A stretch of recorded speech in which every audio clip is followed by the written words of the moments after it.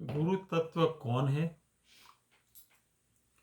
गुरु तत्व को कैसे विचार के उसको कैसा आदर देना चाहिए, गुरु तत्व का द्वेष नहीं करना चाहिए, और जो गुरु है वो स्वयं कौन है, वो सब हमको ये भगवान कृष्ण बताते हैं 11वां स्कंद में। तो क्या बताते हैं, आचार्यम माम विजानीयात। उद्धव जी को कृष्ण भगवान कहते हैं आचार्यम माम विजानीयात, यानी जो आचार्य है, जो गुरु है, उसको मेरा स्वरूप ही जानने का। यानी भगवान ये कह रहा है कि गुरु मेरा ही स्वरूप है। दूसरा क्या है, न अवमान्यत कर्षिचत, आचार्य माम विजानीयात न अवमान्यत कर्षिचत। अवमान्यत इसका मतलब है कि गुरु का कभी भी अनादर नहीं करना, किसी भी प्रकार में, किसी भी समय में हमको गुरु का अनादर नहीं करना चाहिए। न अवमान्यत कर्षिचित न मर्त्य बुद्धिया सुएत, और गुरु को सामान्य मानवीय या सामान्य मनुष्य नहीं समझना चाहिए, क्योंकि हम जो संसारी लोग हैं, जो सामान्य लोग हैं, वो सब गुरु को सामान्य मानते हैं। क्यों? कि उसके प्रत्यय, गुरु के प्रत्यय ईर्ष्या और द्वेष रखते हैं।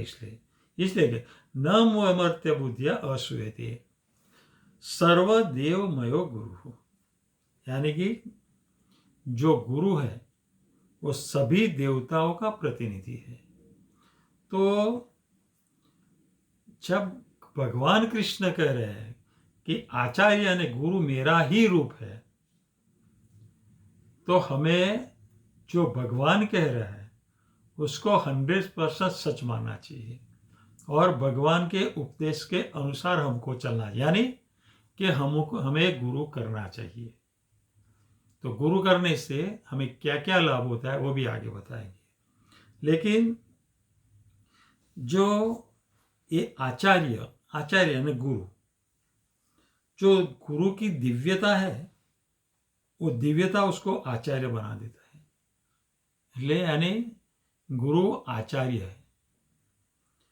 और उसके बारे में मनु संहिता में क्या बताया है कि जब हम गुरु करते हैं तो ये गुरु हमारे लिए क्या करता है, वो मनु संहिता में बताया है कि आचार्य के कर्तव्य कैसा है और आचार्य के कर्तव्य कैसा है वो बताया गया है। उसमें बताया है कि गुरु शिष्य का दायित्व अपने सिर पर ले लेते हैं, यानी जितनी भी शिष्य की जिम्मेदारी है वो सब जिम्मेदारी जब हम गुरु दीक्षा देता है उसी टाइम सब जिम्मेदारी गुरु अपने सिर पे ले लेते हैं। और दूसरा क्या करते हैं, उसको सभी जो वैदिक रहस्य है, यानी कि जो वैदिक ज्ञान है, वो वैदिक ज्ञान की शिक्षा देते हैं। और तीसरा क्या करते हैं, और उसको सभी रहस्यों सहित वैदिक यानी वेद ज्ञान की शिक्षा देते हैं और उनको द्विज बनाए। तीसरा क्या करते, द्विज बनाते हैं यानी कि दीक्षा देते हैं। तो आध्यात्मिक अभ्यास करने के लिए हमें गुरु से दीक्षा लेनी चाहिए, यानी कि आध्यात्मिक अध्ययन करने के लिए हमें दीक्षित होना चाहिए। और जो दीक्षित होने के लिए जो उत्सव मनाते हैं गुरु हमारे लिए, वो उपनीति कहा जाता है। उपनीति यानी गुरु अपने निकट लाने के लिए ही उसको द्विज बनाते हैं। क्यों? कि भगवान की भक्ति की शिक्षा देने के लिए, भगवान के शास्त्रों को पढ़ाने के लिए। गुरु सब कुछ देता ही रहता है, गुरु कुछ लेता नहीं है। और कैसा कि अपने गुरु शिष्यों का सभी दुख गुरु खुद ले लेते हैं। शास्त्र ज्ञान गुरु ही देते हैं और गुरु के निकट ले जाने वाला भी गुरु है। तो इस तरह से हमको लेकिन जो शूद्र है ना, सिर्फ ब्राह्मण, क्षत्रिय और वैश्य वो द्विज होते हैं, यानी दीक्षा लेते हैं, और दीक्षा लेते हैं उसको जनेऊ भी धारण करवाते हैं। लेकिन जो शूद्र है तो होता है वो जनेऊ कभी धारण नहीं कर सकता है। तो ये सब आचार्य माम वी जानिया न अवमन्यत कर ही चित, हम ये दोनों का पालन करेंगे कि आचार्य यानी कि गुरु ये भगवान का रूप ही है, और उसके प्रति हम ईर्ष्या नहीं करते हैं या तो गुरु का अनादर नहीं करते हैं, तो हमें गुरु चौक्कस स्वीकार करेगा। और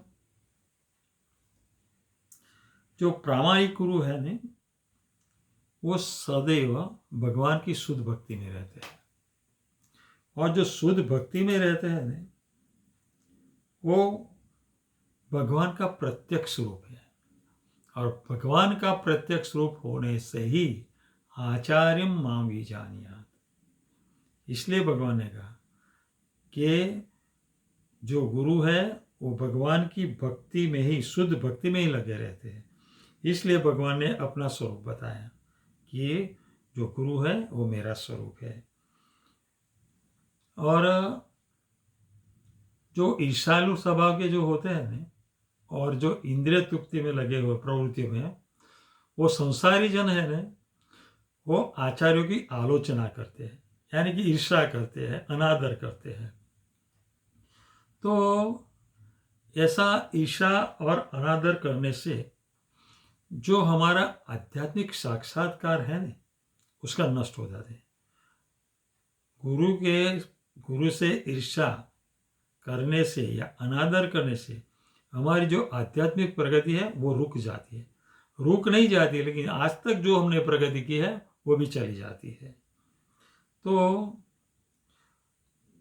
लेकिन गुरु को एक बात याद रखनी चाहिए कि भगवान की लीलाओं का अनुकरण नहीं करना, अनुसरण करना है, लेकिन अनुकरण नहीं करना है। गुरु को भी ये देखना है। लेकिन जो ये बनावटी होते हैं, बनावटी गुरु सब, वो क्या करते हैं कि अपने शिष्य से कुछ लाभ प्राप्त करने के लिए ये अपने आप को कृष्ण से अभिन्न बताते हैं। भिन्न नहीं बता, अभिन्न बताते। वो कौन होते हैं? वो निर्विशेषवादी होते हैं। और निर्विशेषवादी शिष्यों की केवल शिष्यों का पथ चालित कर देते हैं, क्योंकि जैसा ज्ञान उसको निर्विशेषवादी के पास होता है, ऐसा ही ज्ञान वो शिष्य को देगा। अगर शिष्य को देगा तो वो भक्ति से चलित हो जाएगा। और असली वैदिक दर्शन है क्या है फिर? तो ऐसे असली वैदिक दर्शन तो वो है कि अचिंत्य भेदाभेद तत्व।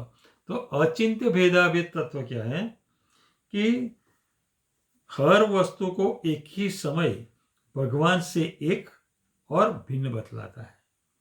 भगवान से एक यानी कि जीवात्मा और परमात्मा, वो गुण की दृष्टि एक है, लेकिन जीवात्मा है अणु है, परमात्मा है विभु है, इसलिए भिन्न है। ये अभिन्न, ये हुआ भेदा, अचिंत्य भेदाभेद तत्व। एक समय भिन्न और एक समय अभिन्न, वो भेदाभेद तत्व, अचिंत्य अभेद भेदाभेद तत्व है। तो हम जब तक भगवान को या तो आचार्य से या गुरु से दीक्षा नहीं लेते हैं ने, तब तक हम भगवान को नहीं जान पाते हैं। भगवान को यानी पर ब्रह्म को हम जान नहीं पाते। उत्तिष्ठ जागृत प्राप्य वरान निबोधयत सुरस्य धारा निशिता सुरदुरत्या दुर्गम पथ तत कवयो वदंती। यानी उत्तिष्ठ जागृत, जो हमारा नाना प्रकार के विषयों में जो चिंता है, और वो सब चिंताओं से हम निवृत्त हो जाते हैं, और जो हमारे जीवन में अनर्थ है उसका हम परित्याग कर देते हैं, तो हम उत्तिष्ठ जागृत हो जाते हैं। यानी हम निंद्रा से जाग जाते हैं। कौन सी निंद्रा से? अनर्थ की। अनर्थ में जो निंद्रित है हम, उसमें से हम उठ जाते हैं, यानी उत्तिष्ठ जाग।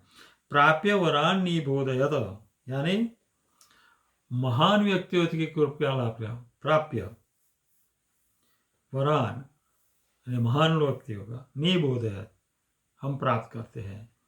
तो सुरस्य धारा निशिधा, तो ये संसार है ना, छुरे की धार के समान है, तीक्ष्ण है, अति तीक्ष्ण। क्यों? कि वो बहुत दुखकारिणी है। संसार पूरा सिर्फ दुखों से ही भरा है, इसलिए उसको असी धारावत, यानी कि छुरे की धारा जैसा है। और दुरत्या अर्थात भगवान के ज्ञान के बिना उसको पार करना, भगवान की भक्ति के बिना, भगवान की सेवा के बिना उस दुखालयमय संसार को पार करना बहुत मुश्किल है, दुरत्या है, कठिन है, यानी असंभव है। दुर्ग पथः ततः, यानी दुर्ग पथः, उसको पार करना मुश्किल। दिव्य सूर्यगण उस संसार निवर्तक ब्रह्म को प्राप्त करना बहुत ही दुर्लभ बनाते हैं। जब तक हम गुरु से दीक्षा नहीं लेते हैं तब तक ये संसार को हमारे लिए पार करना बहुत मुश्किल है, यानी कि ना के बराबर ही हम नहीं पार कर सकते हैं। अर्थात सदगुरु के अनुगत्य में यत्नपूर्वक भगवत अनुशीलन किए बिना संसार को तरने का और अन्य कोई उपाय नहीं है। यस्य देवे पराभक्ति यथा देवे तथा गुरु, जिनकी भगवान में भक्ति है, यस्य देवे पराभक्ति यथा देवे तथा गुरु, और भगवान के समान ही गुरुदेव के प्रति शुद्ध भक्ति है। तस्येते कथिता ही अर्था प्रकाशन्ते महान, उसी महात्मा के हृदय में श्रुतियों के सभी परमार्थ मर्म अर्थ प्रकाशित होते हैं। तो चैतन्य चरितामृत में बताते हैं कि ब्रह्मांड भ्रमिते कौन भाग्यवान जीव, ये 14 लोक है। ब्रह्मांड यानी 14 लोक का ब्रह्मांड है, और 14 लोक में 84 लाख योनि हम पूरी करते हैं। क्या करते करते भ्रमते ही रहते हैं, हर ब्रह्मांड में भ्रमते रहते, भ्रमते ही अगर ये ऐसा भ्रमण हम करते हैं, उसी टाइम गुरु कृष्ण प्रसादे पाई भक्ति रहा। अगर भाग्यवान हम है तो, अगर जीव भाग्यवान है तो ब्रह्मांड भ्रमिते कौन भाग्यवान, जो भाग्यवान जीव है वो ही क्या सका कि इस प्रकार संसार में भ्रमण करते करते किसी सौभाग्यवान जीव को गुरु कृष्ण प्रसादे, गुरु और कृष्ण की कृपा से ही भक्ति लता का बीज प्राप्त हो जाए, पाए भक्ति लता बीज ताते कृष्ण भजे। अगर हमको भक्ति लता का बीज मिल जाते हैं तो हम कहते हैं उसके फल स्वरूप हम गुरु की सेवा में और कृष्ण भजन करते करते वह शीघ्र ही माया के जाल से मुक्त होकर कृष्ण के चरणों की सेवा को प्राप्त कर लेता है। ताते कृष्ण भजे, कृष्ण ने बसते हैं और गुरु का सेवन करते हैं हम तो माया जाल से हम छूट जाते हैं और हमको कृष्ण चरण प्राप्त हो जाते हैं। तो सदगुरु और सद शिष्य दोनों दुर्लभ है। सदगुरु बहुत कम है और सद शिष्य भी बहुत कम है, इसलिए बताया कि वो दुर्लभ है। तो श्रवणाय अपि बहुभिः योपलभ्ये सुनवतो अपि बहवो यम न विद्युः आश्चर्योऽस्य वक्ता कुशलोऽस्य लब्ध्वा आश्चर्यो ज्ञाता कुशलानुशिष्ट श्रवणाय अपि बहुभिः, यानी कि इस आत्मा के संबंध में श्रवण करने का सौभाग्य बहुत कम लोगों को प्राप्त होता है। कम लोगों को प्राप्त इसलिए होता है कि जो लोग हैं उसको श्रवण में रुचि नहीं है। अगर श्रवण में रुचि नहीं है तो उसको श्रवण करने का सौभाग्य प्राप्त नहीं होगा।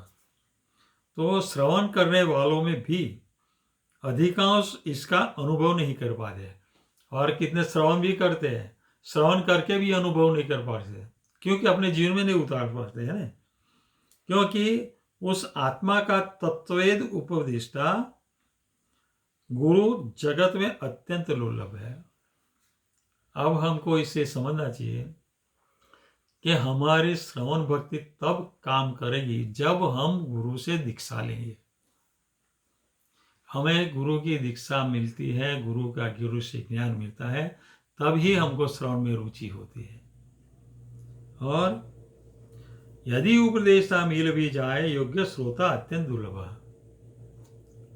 अगर उपदेष्टा यानी कहने वाला अगर मिल जाए, वो श्रवण करने वाला तो अब जो कहने वाला मिल जाएगा तो भी श्रोता अत्यंत दुर्लभ है। श्रोता यानी सुनने वाला यानी कि शिष्य।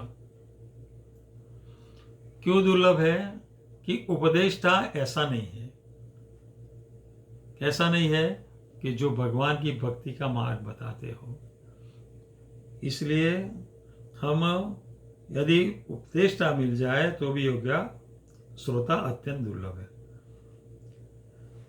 तो सतगुरु, कृष्ण तत्वविद, कृष्ण शरण, शांत। सतगुरु कैसा है? कृष्ण तत्वविद होता है, कृष्ण का शरण लेने वाला होता है और शांत होता है। तो उसके बारे में भागवत में बताया है 11वां स्कंद में, जो भगवान उद्धव जी को इसे भी कह रहे हैं, तस्मात् गुरुं प्रपद्ये जिज्ञासु श्रेय उत्तमम शाब्दे परे च निष्णातम ब्रह्मणि उपशम आश्रयम। श्रेय उत्तमम, हमारा उत्तम कल्याण किस में है? हमारा उत्तम कल्याण हम कैसे प्राप्त करते हैं, कैसे प्राप्त करते हैं, वो अभी भगवान उद्धव जी को बता रहे हैं कि श्रेय उत्तम को जानने के लिए जिज्ञासु साधक को सदगुरु का चरण आश्रय ग्रहण करना चाहिए, जो शाब्दे यानी शब्द ब्रह्म में अर्थात सुश्री शास्त्र सिद्धांत में सुनिपुण है, परम ब्रह्मणि निष्णात अर्थात अधोक्ष सजे अनुभूति लाभ कर चुके हैं, एवं जो प्राकृत किसी भी दुख के वसूभूत नहीं है, वे सदगुरु। यानी तस्मात् गुरु में प्रभु। तो हमें गुरु के शरण में जाना चाहिए, यानी हमें गुरु की शरण लेनी है। जिज्ञासु श्रेय उत्तमम, तो ही हमारा कल्याण होगा। हमारा जीवन का जो उत्तम श्रेय, उत्तम कल्याण है, हमें गुरु की शरण में जाने से प्राप्त होगा। शाब्दे परे च निष्णात, तो गुरु कैसा होता है? श्रुति शास्त्रों में, वेदों में उसमें निष्णात होता है। पर परे च यानी जो प्रामाणिक गुरु की खोज का और दीक्षा द्वारा उसकी शरण ग्रहण करनी चाहिए। प्रामाणिक गुरु की योग्यता यह होती है कि वह विचार विमर्श द्वारा शास्त्रों के यानी वेद शास्त्रों को, तात्पर्य को साक्षात्कार किया होना होता है। तो गुरु कैसा होना चाहिए? कि वेद शास्त्रों का ज्ञाता होना चाहिए, और ये जो शास्त्रों का ज्ञाता तो होना चाहिए, और तात्पर्य को दूसरे मनुष्य को दृढ़ता से प्रतीत करना में समझ, यानी कि ये वो शास्त्रों दूसरे अपने शिष्य को समझाने में वो कुशल होना चाहिए। और जिन्होंने समस्त भौतिक त्याग भगवान, और गुरु कैसा है? देखिए, जो समस्त भौतिक धारणा हो उसका त्याग कर भगवान की शरण ग्रहण कर ली है, तो गुरु अन्याभिलाषिता शून्य होता है। किसी भी प्रकार की अभिलाषा गुरु को नहीं होती है, और किसी भी प्रकार की अभिलाषा नहीं होने के कारण वो भगवान की शरण ग्रहण करता है, और उन्हें प्रामाणिक गुरु माना जाता है। जो इतने कारण है, एक तो शास्त्र का अभ्यास किया होता हो, तत्वविद होना चाहिए, और जो शास्त्र को जानते हैं वो शास्त्र को अपने शिष्य को सिखाना चाहिए। 2, और तीसरा कि समस्त भौतिक कलमश से दूर, यानी भौतिक कलमश से रहित होना चाहिए। ऐसे जो होते हैं वो प्रामाणिक गुरु होते हैं। तो श्री श्रीधर स्वामी अनुसार शाब्दे शब्द का अर्थ कहते हैं वांगमय, वांगमय, और दूसरा परे। भगवान का प्रामाणिक गुरु को निष्णातता होना चाहिए, अर्थात प्रामाणिक वैदिक ग्रंथों का गहन अनुभव होना चाहिए, ये श्रीधर स्वामी बताया। और भगवान की व्यावहारिक समझ होनी चाहिए, ये एक लक्षण बताए कि भगवान की व्यावहारिक समझ होनी चाहिए गुरु में। भगवान की भक्ति तो करना होना चाहिए, लेकिन भगवान की व्यावहारिक समझ भी होनी चाहिए। और अपने शिष्यों का सभी संशयों को नष्ट करने वाला होना चाहिए। तो अपने शिष्यों का जब सभी संशय को नष्ट कर देंगे तो एक निष्ठावान शास्त्र यानी कि छात्र शिष्य तो भगवान धाम को वापस जरूर जाएगा। कोई भी व्यक्ति आसानी से अनुभव कर सकता है कि वह शरीर नहीं है। हम सब आसानी से ये कर सके, हम शरीर नहीं, हम आत्मा है, बल्कि चेतना है। आत्मा यानी चेतना है। यदि कोई अपने शरीर के किसी अंग को खो देता है तो भी वह चेतन जीव रहता है। अगर हमारा मृत्यु हो जाता है लेकिन चेतन जीव का मृत्यु नहीं होता, वो जीवात्मा रहता ही है। अंततोगत्वा मृत्यु के समय सारा शरीर नष्ट हो जाता है और जीव को नया शरीर मिलता है। चेतना के रूप में अपनी पहचान का प्रारंभिक ज्ञान आत्म साक्षात्कार कहलाता है। यानी कि मैं यानी शरीर नहीं, लेकिन मैं यानी आत्मा हूं, वो प्रारंभिक आत्म साक्षात्कार है। और यानी खुद चैतन्य है ऐसा उसके समझ में आ जाता है। ऐसा आत्म भाव की प्रारंभिक समझ आत्म साक्षात्कार कहा जाता है। किंतु इस प्रारंभिक ज्ञान के परे विस्तृत विषय है कि हम 84 लाख योनि का चक्कर लगाते लगाते घूमते ही रहते हैं। तो ये चक्कर लगाते लगाते ही वो एक योनि से दूसरी योनि में, एक दूसरी से तीसरी योनि में चक्कर लगाते लगाते भी आत्मा का अस्तित्व कैसे रह जाता है। अगर हम ये चक्कर लगा ले रहे आत्मा अस्तित्व में कैसे आया, और यदि जीव भौतिक शरीर न होकर चेतना है तो उसका किसी उच्च पद पर कोई आदि स्थान होना चाहिए। यानी कि वो कहाँ से आया है वो उसको मालूम नहीं है। चक्कर लगाते लगा रहते हैं, लेकिन ये चक्कर लगाना बंद हो जाता है ना 84 लाख योनि का, तब उसको पता चलता है कि आत्मा कहाँ से यहाँ आया है और चक्कर लगाता रहता है। यानी कि मेरा ये स्थान नहीं है, ये भौतिक जगत या ब्रह्मांड या सृष्टि मेरा स्थान नहीं है, लेकिन मैं किसी उच्च पद से यहाँ आया हूँ। यानी कि मेरा कोई उच्च स्थान है, वहां से मैं गिरा हूँ। अश्रद्धाना पुरुषा धर्मस्य यस्य परम तप अप्राप्य माम निवर्तन्ते मृत्यु संसार वर्तमनि। अब भगवद गीता क्या, मृत्यु संसार वर्तमनि। हमें 84 लाख योनि में क्या करते हैं, मृत्यु संसार मरते हैं, जन्म लेते हैं, मरते हैं, जन्म लेते हैं, ऐसे 84 लाख योनि में चक्कर लगाते रहे। मृत्यु संसार वर्तमनि। जो लोग भक्ति में श्रद्धा नहीं रखते हैं वो मुझे प्राप्त नहीं कर पाते हैं। अश्रद्धाना जो भगवान में श्रद्धा नहीं रखते, भगवान की सस्ती भक्ति में पुरुषार्थ धर्म शिष्य परम तप। हे परम तप यानी अर्जुन, जो लोग मेरी भक्ति में श्रद्धा नहीं रखते हैं वो मुझे प्राप्त नहीं कर पाते हैं। अप्राप्य, वो मुझे प्राप्त नहीं कर, निवर्तन्ते मूर्ति संसार, और ये भौतिक जगत में जन्म मृत्यु के मार्ग में वापस आते रहते हैं। तो अब भगवान ये अर्जुन को उपदेश दे रहे हैं कि जो मेरी भक्ति नहीं करते हैं और मुझे जिसको श्रद्धा नहीं है वो 84 लाख की ओर में घूमता ही रहता है और जन्म मृत्यु के चक्कर में आते ही रहते हैं, जाते रहे, आते रहते हैं, जाते रहते हैं, ऐसा करते रहते हैं। इसलिए गुरु को चाहिए कि शिष्य में भक्ति जागृत करे। गुरु को क्या करना चाहिए, जो शिष्य है उसको उसमें भक्ति को जागृत करना चाहिए। और वो जागृत कैसे भक्ति कर रही है, तो यहाँ एक उदाहरण है कि जो माता है ना वो सुबह जल्दी यानी कि प्रातः में नींद से उठा देती है, यानी जगा देती है। बालक को उठना नहीं है लेकिन माता जगा देती है। क्यों? कि बालक से उसको द्वेष है? नहीं, बालक से द्वेष नहीं है, बालक का कल्याण करना है। बालक का कल्याण करने के लिए उसको उठाती है कि वो स्कूल जाए और स्कूल जाके अच्छी तरह से भजन अरे वो शिक्षा प्राप्त करे। उसी तरह हमें जो परमाणिक गुरु है हमारा, वो सुप्त जीव को जगा देते हैं। जैसे माता अपने बालक को जगाती है बालक का कल्याण के लिए, इसी तरह गुरु हमको जगाते हैं हमारा कल्याण कर लेंगे, यानी कि शिष्य का कल्याण करने के लिए करते हैं। यानी वो क्या करते हैं कल्याण करने के लिए? गुरुकुल या गुरु के आश्रम में भेज देते हैं, और जहाँ उसके भक्ति का ज्ञान प्राप्त होता है, और भक्ति का ज्ञान भक्ति की सेवा, गुरु की सेवा, भगवान की सेवा, वो सब करके वो अपने धाम में वापस आ सकता है।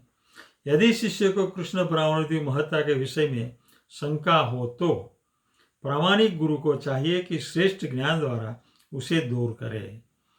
फिर भी अगर शिष्य को अपने ज्ञान में शंका है तो गुरु से प्रश्न कराया। तद विधि प्रणिपाते न परिप्रश्ने न सेव्या उपदेक्षन्ति ते ज्ञानम ज्ञानी न तत्वदर्शी। यानी उपदेक्षन्ति ते ज्ञान, तो गुरु हमको उस शंका का पूर्ण निवारण कर देंगे और वह प्रामाणिक गुरु बन सकता है। हमारा जब ये सब शंका वो दूर हो जाता है शिष्य के रूप में, तब हम प्रामाणिक गुरु बनने के लिए काबिल हो जाते हैं। केवल भगवान के आदेश से गुरु बन जा सकते हैं, अपने तथाकथित पांडित्य से नहीं। हम भगवान का जब तक हमारे कृपा नहीं होती है और भगवान का हम पे आदेश नहीं होता है, तब तक कोई गुरु नहीं बन सकता है। कोई विद्वान होने से, पांडित्य से नहीं हो सकता है गुरु। प्रामाणिक गुरु का कर्तव्य है कि वह शिष्य को कृष्ण से जोड़े। गुरु का कर्तव्य क्या है? कि अपने शिष्य है उसको कृष्ण से जोड़ने के लिए करे। तो अगर कोई विद्वान या चिंतक तब तक अन्य जीव को कृष्ण से जोड़ने की शक्ति नहीं रख सकता जब तक वह स्वयं कृष्ण से न जोड़े, और गुरु भी जब तक तब तक शिष्य को कृष्ण से नहीं जोड़ सकते हैं कि जब तक गुरु भी कृष्ण से जोड़े नहीं हो तब तक। भगवान भगवत गीता में और भी कहते हैं, श्रुणु में परमम वचः, अर्जुन को कहते हैं कि मेरा जो परम वचन है तू सुन। और वो परम वचन क्या है? भगवान के शब्द, जो भगवान उपदेश कर रहे वो परम वचन है। अर्थात जो भगवान का परमम वचन है, जो भगवान का उपदेश है, वो हमारे लिए बहुत जानना, यानी कि वो ज्ञान की पराकाष्ठा है। उससे आगे कुछ ज्ञान है नहीं भगवान का उपदेश से आगे। तो हमें ज्ञान की पराकाष्ठा है। और कृष्ण का यद ज्ञान यह पूयो अन्यत ज्ञाते हो, जब तक ये ज्ञान हम प्राप्त कर नहीं लेते हैं, अगर हम जो भगवान ने बताया वो उपदेश को, वो ज्ञान को हम स्वीकार कर लेते हैं, अपने जीवन में उतार लेते हैं और उसके हिसाब से हम जीते हैं, तो इससे आगे समझने लेके हमारे पास कुछ शेष रहता ही नहीं है। यदि कोई व्यक्ति कृष्ण का प्रेमी नहीं बनता तो कृष्ण से उसका संबंध अप्रत्यक्ष तथा माया के माध्यम से होता है। अगर हम भगवान की भक्ति नहीं करते हैं, हम अगर कृष्ण के प्रेम नहीं करते हैं, तो जीवात्मा का संबंध है किसी न किसी के साथ संबंध रखना। अगर हम भगवान के साथ संबंध नहीं रखते हैं तो फिर जीवात्मा माया के साथ संबंध रखता है, जो हमको 84 लाख योनि के चक्कर में डाल देते हैं। तो भगवत गीता में ये भी बताया कि ये गुरु यानी महात्मा कैसे होते हैं, कि महात्मा अनस्तु माम पार्थम दैवी प्रकृति आस्थिता भजन्ति अन्य मनसो ज्ञाता भूतादिम अवयव। अब महात्मानस्तु माम पार्थम, कौन महात्मा है? मोह मुक्त, अन्याभिलाषी शून्यम, अन्याभिलाषिता शून्यम जो है वो महात्मा। और वो क्या है? दैवी प्रकृति आस्थिता, वो सब महात्मा है नहीं, वो दैवी प्रकृति के रक्षण में ही रहते हैं। भजंती अनन्य मनुष्यो, क्यों कि वो पूर्णतः भक्ति में निमग्न रहते हैं। महात्मा कैसे है? भगवान की भक्ति में पूर्णतः निमग्न रहते हैं, क्योंकि वो जानते हैं कि भगवान कैसे ज्ञात्वा भूतादिम अव्ययम के आदि तथा अविनाशी भगवान के रूप में भगवान के रूप में जानते हैं। किसको? भगवान को। गुरु भगवान को कैसे जानते हैं? अविनाशी के रूप में जानते हैं। और आदि ईश्वर परम कृष्ण, जो ईश्वर है वो परम कृष्ण है। अनादिर आदिर गोविंद, सर्व कारण सभी का आदि भगवान है। तो महात्मा क्या है? आदिर अनादिर गोविंद, वो जानते हैं महात्मा। और इसीलिए भगवान की दैवी प्रकृति के संरक्षण में रहते हैं। जो वास्तव में महात्मा है नहीं, वो भगवान की अंतरंग शक्ति के शरणागत होते हैं और वे अन्य को अपनी ही तरह अंतरंगा शक्ति यानी अंतरंगा आह्लादिनी शक्ति से जोड़ सकते हैं। महात्मा ऐसे होते हैं, वो अंतरंगा शक्ति शरणागत होते हैं, लेकिन अपने शिष्य को भी उसके अंतरंगा शक्ति के साथ जोड़ देते हैं।